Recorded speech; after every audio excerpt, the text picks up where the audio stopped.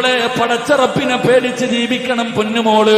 നിന്നെ തെറ്റിലേക്ക് വിളിക്കുന്നവര് നല്ലത് പറഞ്ഞിട്ടവനെ ദീനിന്റെ വഴിയിലേക്ക് പറഞ്ഞു വിടുന്നവളാണ് പെണ്ണ്. റബ്ബേ, ബസറ പട്ടണത്തിൽ ഒരു ചെറുപ്പക്കാരനുണ്ടായിരുന്നു. എന്റെ ജോലിയെന്നറിയുമോ?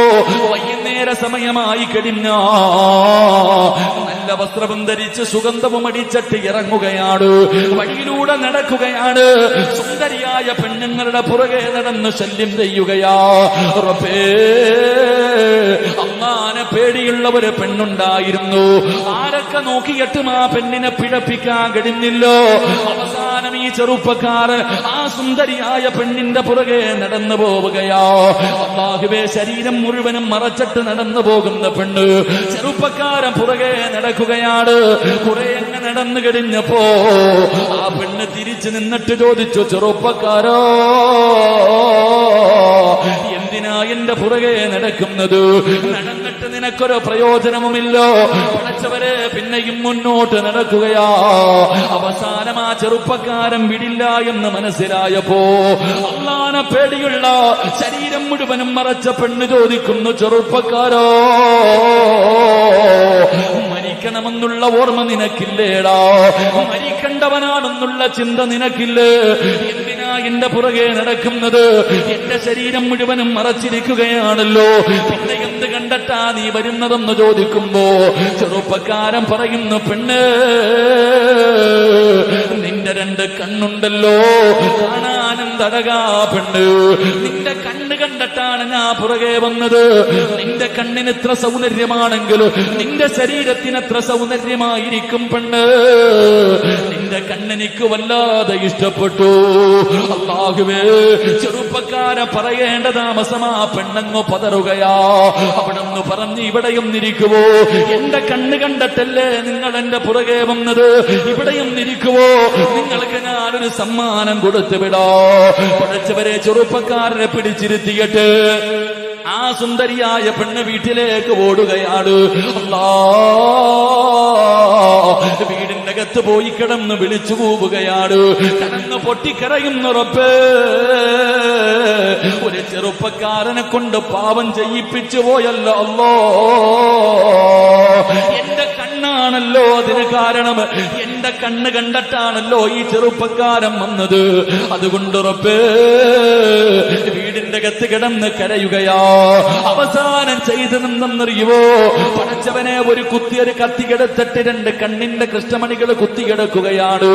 രണ്ട് കൃഷ്ണമണികളും കുത്തിയെടുത്തിട്ട് ഒരു തുണിക്കകത്ത് പൊതിഞ്ഞിട്ട് തന്റെ വീട്ടിലെ പണിക്കാരിയുടെ കയ്യിൽ കൊടുത്തിട്ട് പറഞ്ഞു, ഇതെന്റെ കണ്ണാട്. ഈ കണ്ണ് കണ്ടിട്ടൊരു ചെറുപ്പക്കാരൻ എന്റെ പുറകെ വന്നു.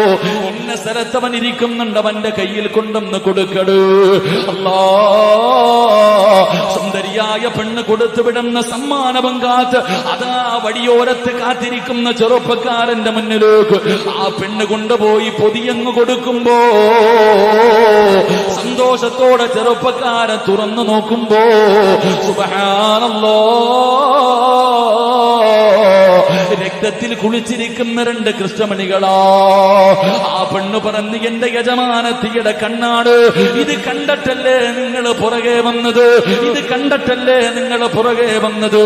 പഠിച്ചവരെ കയ്യിലേക്ക് വെച്ച് കൊടുക്കുമ്പോ ബസ്രയിലെ ചെറുപ്പക്കാരൻ വലിച്ചെറിഞ്ഞിട്ട് വീട്ടിലേക്ക് ഓടുകയാണ്. കിടന്നിട്ടുറക്കം വരുന്നില്ലോ, ഭക്ഷണം കഴിക്കാൻ കഴിയുന്നില്ലോ, മനസ്സിന്റെ മുന്നിൽ സമാധാനമില്ല. പഠിച്ചവരെ 2 ദിവസം കഴിഞ്ഞു. സമാധാനം കിട്ടാതെ വന്നപ്പോ അവിടുന്ന് ചിന്തിച്ചു, അല്ലാ, ആ പെണ്ണിനോടൊന്ന് പൊരുത്തം ചോദിക്കണമല്ലോ പഠിച്ചവര്. അവിടുന്ന് പൊരുത്തം ചോദിക്കുന്നതിന് വേണ്ടി അതാ പെണ്ണിന്റെ വീട്ടിലേക്ക് കടന്നു വരുമ്പോ സുബ്ഹാനല്ലാഹ്,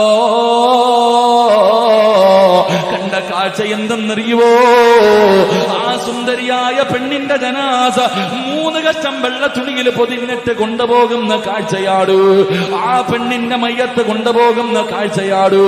റബ്ബേ, ചെറുപ്പക്കാരന്റെ മനസ്സിൽ തോന്നിയ വാക്കെന്തെന്നറിയുവോ? ആ പെണ്ണ് പറഞ്ഞ ഒരേ ഒരു വാക്ക്, എടാ, മരിക്കണ്ടവനല്ലേ, അല്ലാഹുവിന്റെ മുന്നിൽ പോകേണ്ടവനല്ലേ. അള്ളാന്റെ മുന്നിൽ പോകേണ്ടവനല്ലോ.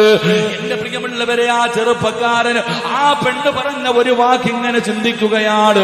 അവിടുന്ന് ജീവിതത്തില് മാറ്റമുണ്ടാവുകയാ, അവിടത്തെ ജീവിതത്തില് മാറ്റമുണ്ടാവുകയാ.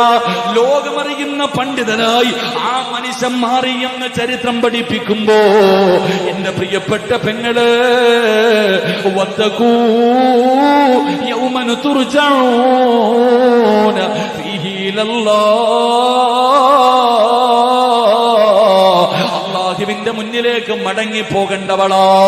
എവിടെ പോയാലും എത്ര ആസ്വദിച്ചാലും എത്ര സുഖിച്ചാലും ആരും കാണാതെ എന്തൊക്കെ ചെയ്താലും ഒരു ദിവസം നീ മടങ്ങേണ്ടവളാ മോള്, ഒരു ദിവസം മടങ്ങേണ്ടവനാ ചെറുപ്പക്കാരാ. ഒരല്പനേരത്തെ സുഖത്തിന് വേണ്ടി അല്ല നിനക്ക് എന്തെല്ലാം തന്നു പെങ്ങള്, എത്രയോ അനുഗ്രഹങ്ങൾ നിനക്ക് തന്നു. എന്നിട്ട് എല്ലിന്റെ അകത്ത് കൊഴുപ്പ് കൂടുമ്പോ എന്റെ പ്രിയപ്പെട്ട പെണ്ണുങ്ങൾക്ക് വല്ലാത്ത അഹങ്കാരവാ. എന്റെ പ്രിയപ്പെട്ട പെങ്ങള്, അള്ളാനെ പേടിയുള്ളവര് പെണ്ണിനെ പറഞ്ഞു തരോ. സഹാബത്തിന്റെ കാലത്ത് ജീവിച്ചവരല്ലോ, അള്ളാന്റെ റസൂലിന്റെ കാലത്ത് ജീവിച്ചവരല്ലോ, സയ്യിദന്മാരല്ലോ, ഔലിയാക്കന്മാരല്ലോ. എന്നെ പോലെ വിചാരമുള്ള പച്ചയിറച്ചിയുള്ള 33 വയസ്സുള്ള ഒരു പെണ്ണിന്റെ കഥ നിനക്ക് പറഞ്ഞു തരട്ടെ. ആ പെണ്ണിനെ പോലെയാകണം പൊന്നുമോള്. പഠിച്ചവരെ പാലക്കാട് ജില്ലക്കാരിയാണ്. അല്ലാഹു ആ പെണ്ണിനൊരു പരീക്ഷണം കൊടുത്തു. 2 മക്കളും ഒരു ഭർത്താവുമുണ്ട്. ആ പെണ്ണിന് അല്ലാഹു കൊടുത്ത രോഗം എന്തെന്നറിയോ?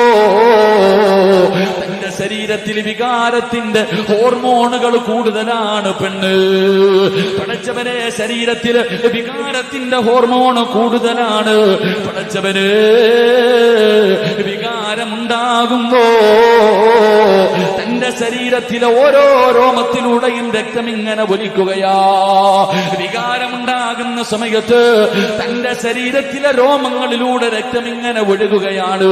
അവസാനം ബോധം കെട്ട് തളർന്നു വീഴുകയോ, എടുത്ത് ഹോസ്പിറ്റലിൽ കൊണ്ടുപോയിട്ട് ബ്ലഡ് കയറ്റുകയാണ്. അവസാനം ഡോക്ടർമാര് പറഞ്ഞു, ഒരു കാലത്തും നിന്റെ ഭർത്താവിന് നിന്റെ ആഗ്രഹം സാധിച്ചു തരാൻ കഴിയില്ല. കാരണം നിന്റെയും നിന്റെ ഭർത്താവിന്റെയും ബ്ലഡ് ഒരേ ബ്ലഡാണ്. നിന്റെയും നിന്റെ ഭർത്താവിന്റെയും രക്തം ഒരേ രക്തമാണ്. അതുകൊണ്ട് നിന്റെ ഈ അസുഖമുള്ളത് കാരണം ഒരിക്കലും നിന്റെ ഭർത്താവിന് നിന്റെ ആഗ്രഹങ്ങൾ സാധിച്ചു തരാൻ കഴിയില്ല. പഠിച്ചവനെ, വികാരമുണ്ടാകുന്ന സമയത്ത് രക്തമൊക്കെ ഒലിച്ചു പോകുന്നു. ബോധം കെട്ട് ഹോസ്പിറ്റലിൽ കൊണ്ടുവരുന്നു. രക്തം ഇങ്ങനെ കയറ്റുകയാണ്. അവസാനം ഗതിയില്ലാതെ ഡോക്ടർ പറഞ്ഞു, പെണ്ണ്, ഇനി നിനക്ക് ജീവിക്കണമെങ്കിൽ അന്യപുരുഷനുമായി ശാരീരികമായി ബന്ധപ്പെടലല്ലാതെ വഴിയില്ല. അന്യപുരുഷനുമായി നിന്റെ ശരീരം പങ്കുവെക്കാതെ നിനക്കിനി ജീവിക്കാൻ കഴിയില്ല എന്ന് ഡോക്ടർ പറയുമ്പോ കരഞ്ഞുകൊണ്ട് ചോദിക്കുന്നു, ഉസ്താദ്, ഞാനെന്ത് ചെയ്യാനാ ഉസ്താദ്? എനിക്കെന്റെ ഭർത്താവിന്റെ കൂടെ എന്റെ മക്കളുടെ കൂടെ ജീവിക്കണമെന്ന് എനിക്ക് വല്ലാത്ത മോഹമുണ്ട്. ഡോക്ടർ പറയുന്നു, അന്യപുരുഷന്റെ കൂടെ ശാരീരികമായി ബന്ധപ്പെടാതെ ഇനി എനിക്ക് ജീവിക്കാൻ കഴിയില്ല. എന്ത് ചെയ്യണമെന്ന് ചോദിക്കുമ്പോ അവസാനം പറഞ്ഞു കൊടുത്തു, പെങ്ങള്, മരിച്ചുപോയാ, രക്തമൊലിച്ചൊലിച്ച് നീയങ്ങ് മരിച്ചുപോയാ അല്ലാഹു നിനക്ക് ഷഹീദിന്റെ കൂലി തരും. അന്യപുരുഷന്റെ മുന്നിൽ ശരീരം പങ്കുവെച്ചാ നിന്റെ ദുനിയാവും ആഖിറവും നഷ്ടപ്പെട്ടു പോകുമെന്ന് പറയുമ്പോ കരഞ്ഞുകൊണ്ട് പറയുന്ന, ഉസ്താദ്, മരിച്ചാലും എനിക്ക് കുഴപ്പമില്ല, മരിച്ചാലും എനിക്ക് കുഴപ്പമില്ല. അല്ലാഹു എനിക്ക് ഷഹീദിന്റെ കൂലി തരുമല്ലോ. എന്നാലും എന്റെ ഭർത്താവിനെ വഞ്ചിക്കാൻ എനിക്ക് വയ്യ. എന്റെ ഭർത്താവിന്റെ സ്ഥാനത്ത് മറ്റൊരുത്തനെ കാണോ. എന്റെ സുഖത്തിന് വേണ്ടി ആഖിറം നഷ്ടപ്പെടുത്താൻ ഞാനില്ലോ. എനിക്ക് വേണ്ടി ദുആ ചെയ്യണേ എന്നാ പ്രിയപ്പെട്ട പെങ്ങള് പറയുമ്പോ, പെണ്ണെന്ന് പറഞ്ഞാൽ അവളാ മോള്. ഈമാനുള്ളവളെന്ന് പറഞ്ഞാൽ അതാണ്. അന്യവന്റെ കൂടെ ശാരീരികമായി ബന്ധപ്പെടലല്ലാതെ ഇനി ജീവിക്കാൻ ഒരു വഴിയില്ലെന്ന് ഡോക്ടർ പറഞ്ഞപ്പോ പോലും അവള് പറഞ്ഞ മറുപടി എന്തെന്നറിയോ? നീ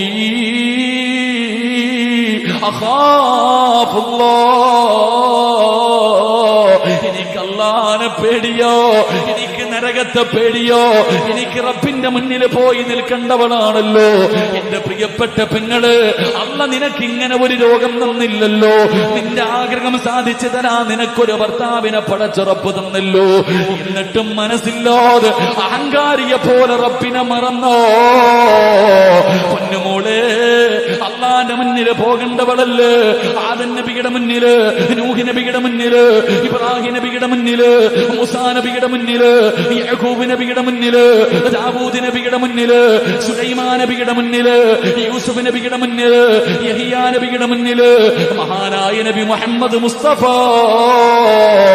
സല്ലല്ലാഹു അലൈഹി വസല്ലമ തങ്ങൾ വരെയുള്ള 1,24,000 പരം വരുന്ന പ്രവാചകന്മാര്, അവരുടെ ഉമ്മത്തീങ്ങള്, റസൂലുള്ളാഹ്, സഹാബത്ത്, താബീങ്ങള്, തബഅ താബീങ്ങള്, ഇമാമുമാര്, ഔലിയാക്കന്മാര്, പണ്ഡിതന്മാര്, നിന്റെ മാതാപിതാക്കള്, നിന്റെ ഭർത്താവ്, നിന്റെ മക്കള്, നിന്റെ കൂടപ്പറപ്പ്, നിന്റെ കൂട്ടുകാര്, നിന്റെ കുടുംബക്കാര്, ഇവരെല്ലാം നാളെ പടച്ച റബ്ബിന്റെ പരലോകത്ത് നിൽക്കുമ്പോ ഒരു വ്യഭിചാരിയെ പോലെ, ഒരു വൃത്തികെട്ടവളെ പോലെ നിനക്ക് റബ്ബിന്റെ മുന്നിൽ പോയി നിൽക്കാനുള്ള ധൈര്യമുണ്ടോ പെണ്ണ്? പൊന്നുമോള്, ശഅബാനിന്റെ രാത്രിയോ എല്ലാം പറ്റിപ്പോയി, അല്ലാഹു മാത്രമേ അറിഞ്ഞിട്ടുള്ളൂ.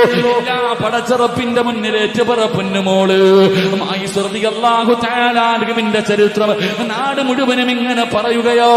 കൂടെ വ്യഭിചരിച്ച പെണ്ണുണ്ടല്ലോ, മായിസ് റളിയല്ലാഹു തആല അൻഹുവിന്റെ കൂടെയുള്ള രണ്ടാമത്തെ പ്രതിയായ ഈ പെണ്ണിന്റെ ചെവിയിലും ഈ വാർത്ത കേൾക്കുകയാണ്.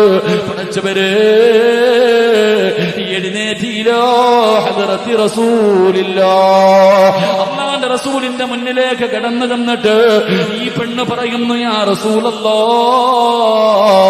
ഞാനാണ് നബിയേ, ഞാനാണ് നബിയേ, രണ്ടാമത്തെ പ്രതി ഞാനാണ് നബിയേ, എന്റെ വയറിന്റെ അകത്ത് കിടക്കുന്ന കുഞ്ഞു മായിസിന്റെ കുഞ്ഞാണ് നബിയേ.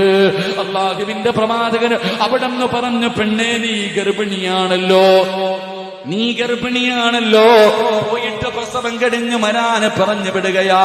തൗബ ചെയ്യട്ടെ എന്ന് കരുതിയിട്ടാണ് പറഞ്ഞു വിട്ടത്. പക്ഷേ 9.5 മാസം കഴിഞ്ഞു, പ്രസവം കഴിഞ്ഞു. ചോര കുഞ്ഞിനെയും എടുത്തുകൊണ്ട് അല്ലാഹുവിന്റെ റസൂലിന്റെ മുന്നിൽ വന്നു. യാ റസൂലല്ലാഹ്, പ്രസവം കഴിഞ്ഞു നബിയേ, എന്നെ ഒന്ന് ശുദ്ധീകരിക്കു നബിയേ. അല്ലാഹുവിന്റെ പ്രവാചകൻ പറഞ്ഞു, പാല് കൊടുക്കാൻ നീയല്ലേ ഉള്ളൂ, നിന്റെ കുഞ്ഞ് ഭക്ഷണം കഴിക്കുന്നത് വരെ പാല് കൊടുത്തിട്ട് വരാ പറഞ്ഞു വിടുകയാ. കാരണം പ്രസവിച്ച തന്റെ ചോര കുഞ്ഞിനെ കണ്ടാലേ ഉമ്മയുടെയും മനസ്സ് മാറുമല്ലോ. പക്ഷേ ആ പെണ്ണിന്റെ മനസ്സ് മാറിയില്ലോ. തന്റെ കുഞ്ഞു ഭക്ഷണം കഴിക്കാൻ തുടങ്ങുമ്പോ അല്ലാഹുവിന്റെ റസൂലിന്റെ മുന്നിലേക്ക് കടന്നു വന്നു. കുഞ്ഞു ഭക്ഷണം കഴിക്കാൻ തുടങ്ങി നബിയേ, എന്നെ ഒന്ന് ശുദ്ധീകരിക്ക നബിയേ. അവിടത്തെ ശിക്ഷ ചോദിച്ചു വാങ്ങിയെന്ന് ചരിത്രം പഠിപ്പിക്കുമ്പോ എന്റെ പ്രിയപ്പെട്ട യുവത്തവേ, വേണ്ടടാ പൊന്നുമോര്, വേണ്ടടാ പൊന്നുമോര്. അല്ലാഹുവിന്റെ ഖുർആൻ പറയുകയോ, അല്ലാഹുവിന്റെ ഖുർആൻ പറഞ്ഞു, വലാ തഖറബുസിനാ ഇന്നഹു കാന ഫാഹിശാ,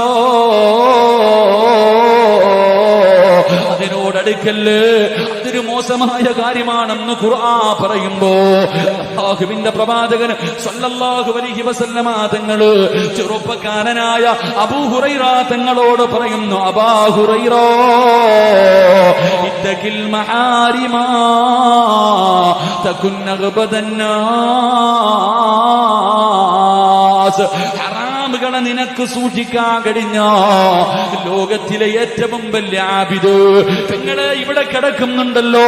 മഖാമിന്റെ ഉള്ളിൽ കിടക്കുന്ന മഹദിയെ നിനക്കറിയുമല്ലോ, എത്രയോ ഔലിയാക്കന്മാരെ നിനക്കറിയുമല്ലോ. അവരെ പോലെ നിനക്കാകണോ, അവരെ പോലെ നിനക്കാകണോ. ഹറാമിനെ സൂക്ഷിച്ചോ, നിനക്കതിനെ കഴിയുമെന്ന് നബി മുഹമ്മദ് മുസ്തഫ സല്ലല്ലാഹു അലൈഹി വസല്ലം പ്രവാചകൻ പറഞ്ഞു, ഹറാമുകളെ സൂക്ഷിക്ക്. ഹറാമുകളെ രാത്രി കയറിയിരുന്ന് യൂട്യൂബും ഫേസ്ബുക്കൊക്കെ ഉപേക്ഷിക്ക്. നന്നാവ്, നന്നാവ്. അള്ളാഹുവിനെ ഭയന്ന് ജീവിച്ചാൽ നീ ഏറ്റവും വലിയ ഒരു ആബിദാകുമെന്ന് നബി മുഹമ്മദ് മുസ്തഫ. ഖുർആൻ പറഞ്ഞു വ്യഭിചരിക്കരുതെന്നല്ല പറഞ്ഞു, നിങ്ങൾ അതിനോട് അടുക്കുക പോലും. മോനെ, ഏതെങ്കിലും വലിയാപ്പാടമോ കൊച്ചാപ്പാടമോ മാമാടമോ മാമിയിടമോ ബൈക്കും കൊണ്ട് വരുമ്പോ ചെറുപ്പക്കാരി 18 വയസ്സുകാരി ചാടി കയറി പോവാ. 35-40 മാപ്പുള്ള താത്തമാര് ഭർത്താവിന്റെ അനിയൻ ഭർത്താവിന്റെ കാക്ക കൂടെ കയറിയിട്ടങ്ങ് പോകാ. എന്റെ പ്രിയപ്പെട്ട പെങ്ങളെ, അള്ളാഹു നിങ്ങൾക്ക് ഹിദായത്ത് നൽകി അനുഗ്രഹിക്കുമാറാകട്ടെ. ഹറാമുകളെ സൂക്ഷിക്ക്. 40 കൊല്ലം അള്ളാന്റെ പള്ളിക്ക് ബാങ്ക് വിളിച്ച മനുഷ്യൻ കാഫിറായിട്ട് മരിച്ചു പോകാനുള്ള കാരണം കള്ളുകുടിച്ചത് കൊണ്ടല്ല വാപ്പ, വ്യഭിചരിച്ചത് കൊണ്ടല്ല, പലിശ തിന്നത് കൊണ്ടല്ല, വൃത്തികേടുകൾ കാണിച്ചത് കൊണ്ടല്ല. ആർക്കാ അറിയാത്തത് TV കാണല് പാവമാണെന്ന് അറിയാത്ത ഏതെങ്കിലും ഒരു ഇൻസാൻ ഈ ലോകത്തുണ്ടോ? പാവമാണ് ഈ സിനിമ കാണല്, സീരിയല് കാണല്, അതിനകത്ത് ഇത് കാണല് തെറ്റാണെന്നറിയാത്ത ഏതെങ്കിലും ഒരു മഹ്ലൂക്ക് ഈ ലോകത്തുണ്ടോ? എന്നിട്ടും TV ഇല്ലാത്ത വീട് വല്ലതും ഉണ്ടോ? TV ഇല്ലാത്ത വീട്. എന്റെ പ്രിയപ്പെട്ടവരെ, അല്ലാഹുവേ പടച്ചവനെ, അന്യ പെണ്ണ് റോഡിലൂടെ നടന്നു പോകുമ്പോ തനിക്ക് എതിരെ വരുന്ന ഒരു പെണ്ണിന്റെ ശരീരത്ത് നോക്കുന്നത് പാവല്ലേ? ഇന്നത്തെ പിന്നെ പെണ്ണുങ്ങൾ പടച്ചവനെ വല്ലാത്ത വസ്ത്രധാരണ. നിങ്ങൾ ചോദിക്കും, ഉസ്താദ് റോഡിൽ